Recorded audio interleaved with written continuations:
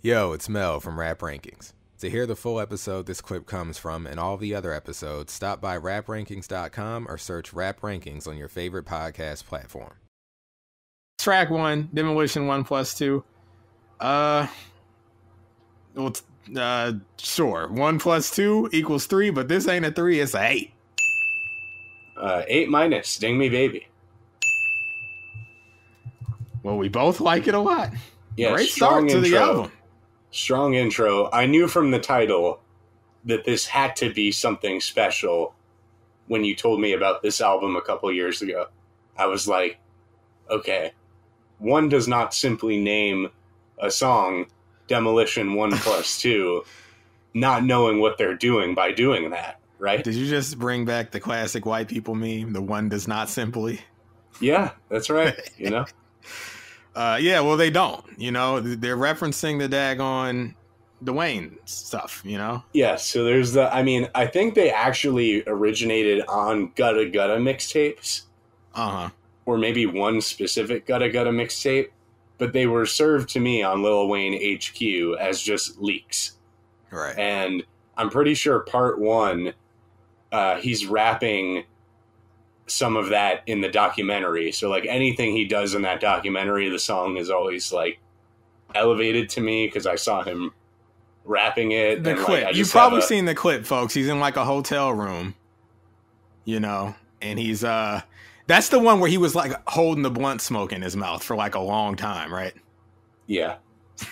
He was rocking back and forth. Like I feel like there's like 3 songs for me in the documentary that I had never heard before the documentary. It was Demolition. It was the song with T-Pain. Okay. I taste that flower. I taste that flower. That one. And 30 Minutes to New Orleans, which is just like, oh my God, that's a fucking classic. And then one song that was supposed to be Wayne and Young Chris, but it never came out, unfortunately. Those are like the records that kind of stuck out to me the most because I had never actually heard the full records. And I brought in little snippets of Demolition 1 and 2. We can't play the whole thing, but I've isolated some of Wayne's verses from both of them. Oh, word? So yeah, you want to run Demolition 1, then we could run right into Demolition 2. Yeah, we can.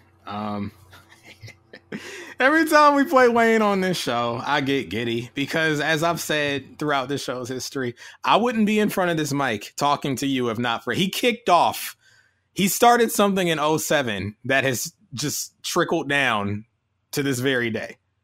Without him, there is no right now for me. Right, and there's no rap, so there's no anything post 2007 in my life. Things would have took a dramatically different turn. Classic Wayne leaks from when shit would leak out pretty much every other day on the internet. Here's Demolition Part 1, then Mel, you could go right into Part 2 if you want. I've isolated specific portions. Oh, okay. You don't have to fade them or anything. Oh, nice. Less work for me. Here we go. DJ Ill Will. I don't wanna talk about it. Gangsta shit right in front, you nigga walk around it. Nigga, let me do me. They know I kick it like Jet Li, Bruce Lee. And I've done what they can't do me. I'll put my gun up to your Aunt Susie and blow out a doobie. Pay her ruby. I am a loony. You niggas puny. I puke on the beat. I juke and never fumble. Man, I spit that dope like I swallowed a bundle. Gotta spit that dope up, cause the old heads said if you don't, it'll bust. I heard if I sell it hard, it'll rush. But if the people come, if it's soft, it'll flush. Certainly, don't get caught in the blind and keep your curtain straight. No, I don't drink wine, but I smoke purple grapes. Sometimes see purple stars, I ain't talking about purple babes.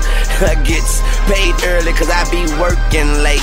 Too many painful memories, shit hurt to say. Crack flow, no bake, just stir and shake. Shooting when we pulled up like Urkel waste. sip serve, got me moving at a turtle pace.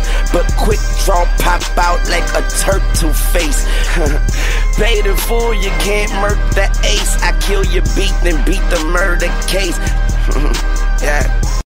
Real niggas listen when I'm preaching to them. Now we all know money talks, cause I'm speaking to them. But I ain't speaking to them. I call my guns jumpers, cause my bullets just sleeping to them. All you boys busters so soft, bet the wind blow 'em. I claim flame, I am just rekindling. My intuition is get paid, but this Glock will knock you back to 5th grade. I school you niggas, but none of yous get A's. Got a bitch you won't stop till every one of us get laid. Lot of you niggas is son of a bitch made, and if your girlfriend utter, I cut her like switchblades. Yeah, we ride like rollerblades. Now gon' give me head till it fall off of your shoulder, babe. I smoke a O a day, that's why I'm so away. Mentally mind blown, I gone and blow away. Yeah, y'all niggas is super fake. I put you niggas on mute, then I mutilate. Yeah, I Mac like the computer say. My hoes cooperate, I mean cooperate. I don't know how to say, oh but I gotta say, I just 4-5 away to ain't no one allowed to say that I 4-5 away, then I drive away. Paper chasing, money running like underlay. Gotta find a way, better not be in our way. I take it farther than Zimbabwe. I make it harder for these wimps. I stay on their necks, no letting up. And I told that can open to make me bust your 7 up. Heaven up, hell down, man down, gal down. And I keep that hammer, do you wanna get nailed down? Look, all right, listen, kids. You had to be there. At the time, Wayne was the greatest show in town. The town called hip hop. You had to see it. Okay, he had a residency, and you had to be there. You have to be there. I think you can hear the greatness. Oh no, I'm not saying like it doesn't hold up. I'm just saying like if you're interested, but not, you just have to understand what this meant. Okay. Well, you also have to understand that it was before 20 other rappers ran with what Wayne was doing, and then 100 other rappers ran with what those guys were doing. And it's all become kind of watered down at this point. But it was definitely, it was a moment when Wayne was just dumping on everyone, you know? And I gotta tell you, what's funny is this song itself, musically, doesn't really sound like Demolition. It doesn't, but I think the reason, well, there is a line in this song that definitely is a reference to what the song is named after, because he says, what do you say? Feeling like Dwayne Carter, child star. What do you say? Yeah, feeling like Dwayne Carter, hey, child star. Hey, I've been that nigga for forever. So clearly there is a shout out to Wayne in the song. Right. And that's probably why he named the song after, you know, it's feeling like Dwayne Carter. Okay. This record, first of all, that beat, the way it comes in with that, you know, it's just, yeah, look. it sounds so sweet from the moment you hear it. And to me, this is tied with another song coming up later on for my favorite song on this album. It's an amazing intro. I think it's maybe the best marriage of rapping, melody, and production on this album for me. Well, you know, this is a standout track for people, apparently. And I don't know if I want to blame first track disease, as I've discussed on this show, you know, when people really just hear the first few tracks and just, you know, run with that as their favorite. But it is a great song. But for me, there are tracks on par with this later in the album, though. So it's like, well, there's one, you know, there's one song in particular that is for me. But like, you know, not only, you know, first of all, self-defense, no wrestling. Booker T, the only redacted here. That line, though, more than just the Booker T and the wrestling. Not just the line, but the switch. Self-defense, no wrestling. The way the beat drops in the middle of him dragging out wrestling. And self-defense, no wrestling. Booker T only redacted here. You know, you get that. Money disappear. Yeah, I like how he's a really good at doing that thing where he'll switch his cadence or he'll go from sort of just rapping to switching into like a melodic gear. Yeah. He tends to do that pretty well. And you know, there's some lines on here that, you know, that pop me for sure. He can be very entertaining, as we'll get to in this review, but For sure. I think my only knock, and we'll talk about it some more at other points, I wish this one was just a little longer as the intro. I'm vibing with the music. I wish it went on for like one more verse. It's just, you know, it's one verse and that's it. Right, and we talk about that later on when Cam's on, you know, the length of these songs. But you said something like, you know, about how he's able to switch in and out of things, and that's one of the most enjoyable parts of him. And I wanted to say up top, the key for me is his willingness to be adventurous in that damn studio. Okay, like a lot of rappers, you know, and this, not everyone has to be this adventurous to be good at all, but a lot of rappers wouldn't dare try the things that he tries, you know, so I appreciate that. Now, here's the thing though, trying ain't enough. For me, he nails it. He tries and he nails it. So this song is just another example of why I like this album and Key so much. I mean, yeah, this beat is great. Great intro. It kind of reminds me of 2000s trap because it's not like super hi-hatty and like, you know, the bass isn't not a lot of what is it? But you know, slides like and things. The production, Mel, the sample doesn't give me that at all because it's not synth heavy. It's like sample heavy. The progression of the like drum pattern and everything like that, I feel you. It has like that sort of like those trap sounds in it, trap drum programming and everything like that. But yeah, and it's riding music, this beat, but it's got bounce definitely. in it. It's got bounce. It's riding with a pulse. It's riding music as the sun sets or at night. It's good riding music. You know? It's good stuff, man. You know, and listen, this is gonna be a all right. This is a rare, and I don't think I've ever done this, but something happened when I was listening to the album this week. So just let me cook. I'm not gonna take a bunch of time each review, but there's a storyline running throughout this album for me. Alongside me enjoying it. So this beat to me, this is Mel's wacky scenario for an entire album. This first track, I'm just going to call him the homie alien. Okay, the homie alien just landed, and he's looking around at Earth like mesmerized, marveling at everything. He's never been to Earth before. That's what this beat sounds like to me. All right, and that's all I'm going to say. It's going to continue throughout. But yeah, there's a lot of lines in here. I'm not going to... Okay. He starts the verse with, Will Smith, Jada Pinkett, act up. Look, all right, they was already gossiped about in 2018, rumors and such. Now the line hits harder due to events from like the past week, but I'm not going to get into it. But that line, it popped me in the car because like, you know what happened. After that, he has this thing. There's this thing about Key, and I know you'll feel me when I make this comparison, but you might not agree with my sentiment. Mm-hmm. There's like maybe I'm projecting this, but it's like, because he literally says, I ain't emo in a song. Yes, later coming up. But there's like a sadness to certain key lines and like certain deliveries of lines. Like, I feel like there's like a Mick Foley as Mankind kind of element to Key. Interesting. Okay. You feel me? It's like, it's kind of like, he feels like he seems like the outcast a bit. Like, I see. You know, and not just because in real life you don't really hear him talked about that much, but it's like people like him. They talk about him sort of being an underground sensation. You know, like Mankind was never the guy. He was like the weirdo, but he was popular. You know, but they kept him in the boiler room. You know, so it's like when he gets on these certain, like for instance, the line like, you know, what do you say? I remember when they curved me. Back when Kim had broke my heart and she knew it, I got way too high and almost blew it. But the thing between him and like a true emo rapper is he doesn't really dwell on it. He kind of mixes it in because it's just a part of life for him.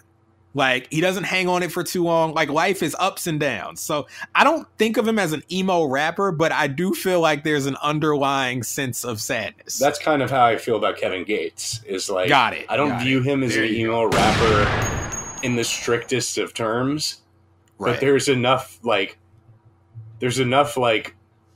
sort of like Heartbreak records and Paranoia records from him, where I'm just like, yeah, there's some element, like there's an underlying current of sadness that's running through this stuff, you know? Right. You know, so that's definitely there.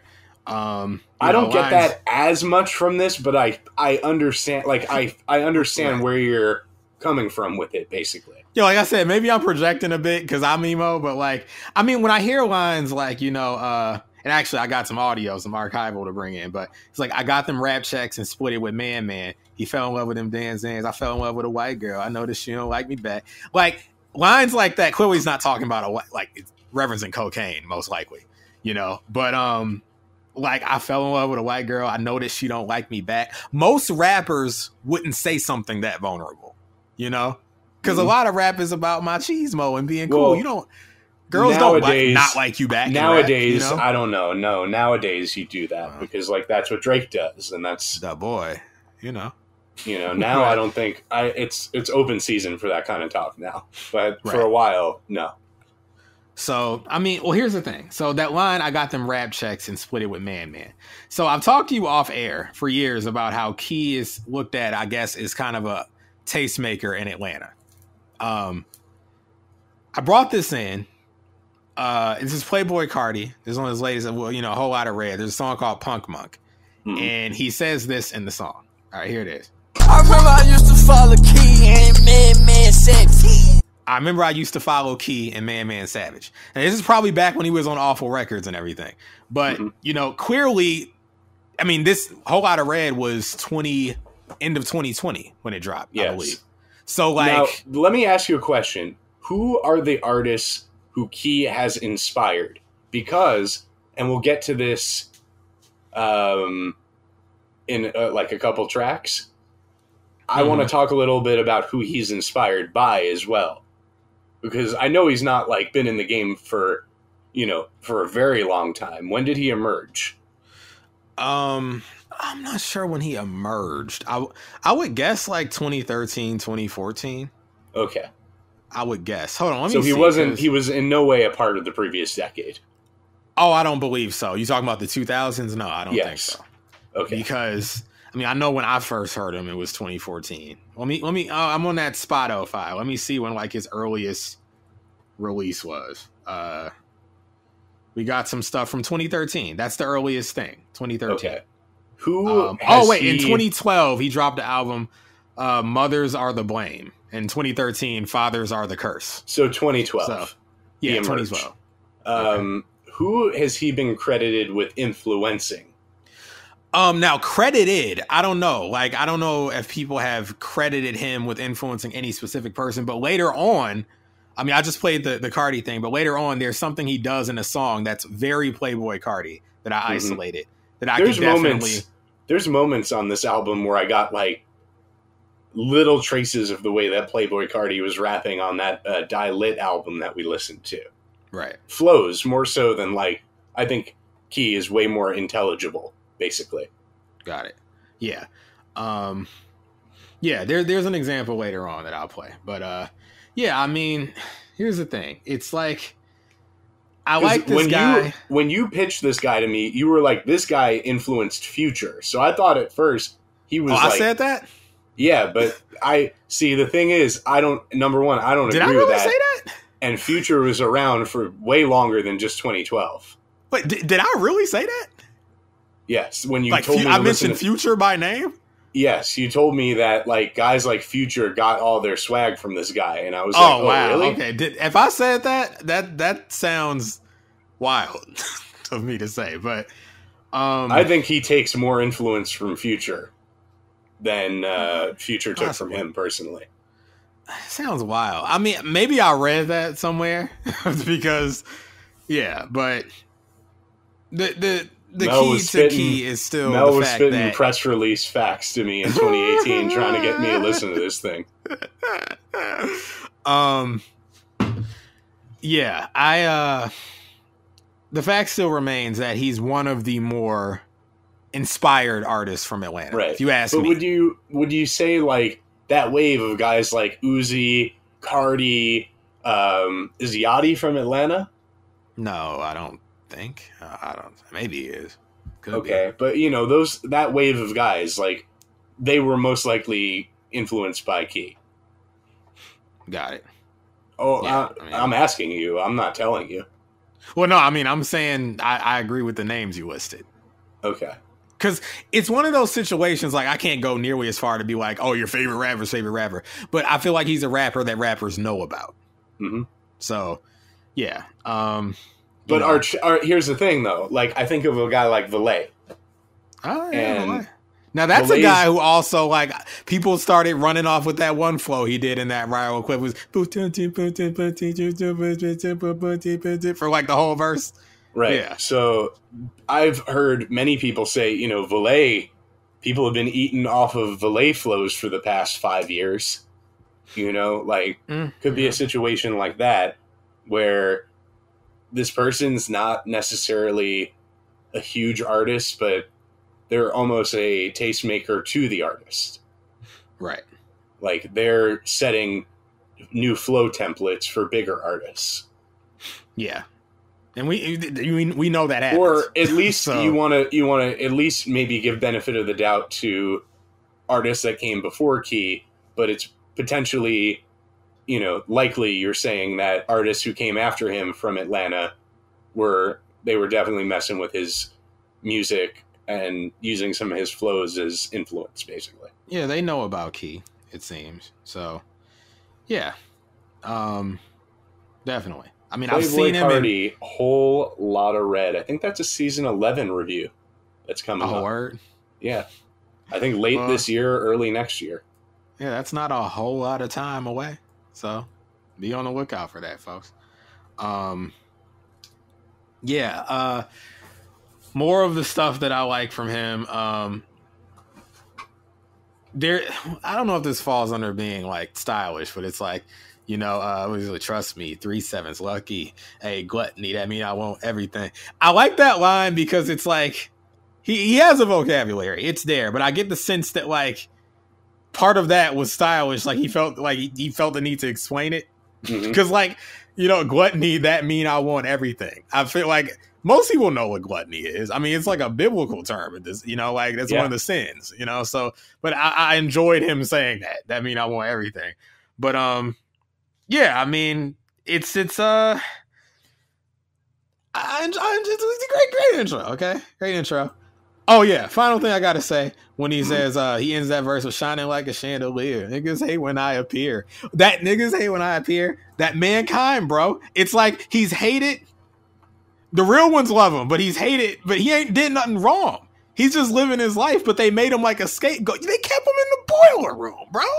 Yeah. You know? He's like the punching bag. You got all right, I could be projecting real hard right now, but it's like niggas hate when I appear. Mel. You know? Like, I think this tracks. You gotta feel me, right? Yeah. But yeah. And then he ends with that you know, man, I see you lifeless. Why life gotta be like this? You know? Let me ask you this. Let me ask you this. He's from New Jersey. Was Fetty Wap cribbing some things from this guy? Possible. Because I hear some of that, you know. Word. I mean, yeah, baby. Yeah, baby. Man, Fetty Wap. I always reference this, and I can't find Divine's gone. It's my fault for not backing up Divines like Moulz had trusted me to do in 2016. No one would even know this but me, but there was a Vine of Andy Milonakis' dad saying Fetty Wap, but he was going Freddy Bop, and I wish I had it. I really wish I had the Freddy Bop, but I don't. Okay. Yeah, but look, it's the why life gotta be like this. That's this the undercurrent, bro. You know, like. No, I just thought of something. Moulz Key understands. Oh my god! I'm a censor. Censor yourself. I'm a okay. Folks, we're back. We just Mel had to censor himself, but I may too maybe need to be censored soon because I have one last thing to say before we go. Okay. What did Triple H say at WrestleMania 19? What did Triple H say at WrestleMania 19? Okay, that was when he buried. Oh, okay. Hold on. What's the line? Booker T, the only nigga here. Yep. Nice. Yeah. You know, the whole build to that match was Triple H was racist. Yeah, folks, look it up. All right, this then- ain't like a Moulz Mel inside joke. This is But then documented. Booker T lost anyway. In like the worst pinfall of all time, like a crawl to a pinfall. I had it on DVD, y'all. It ain't make no sense. Anyway, yeah. Shout out to Booker T. Booker T. Shout out to him. Yeah. Anyway. Yeah. You want to move on? Sure. Okay. Yo, it's Mel from Rap Rankings. To hear the full episode this clip comes from and all the other episodes, stop by raprankings.com or search Rap Rankings on your favorite podcast platform.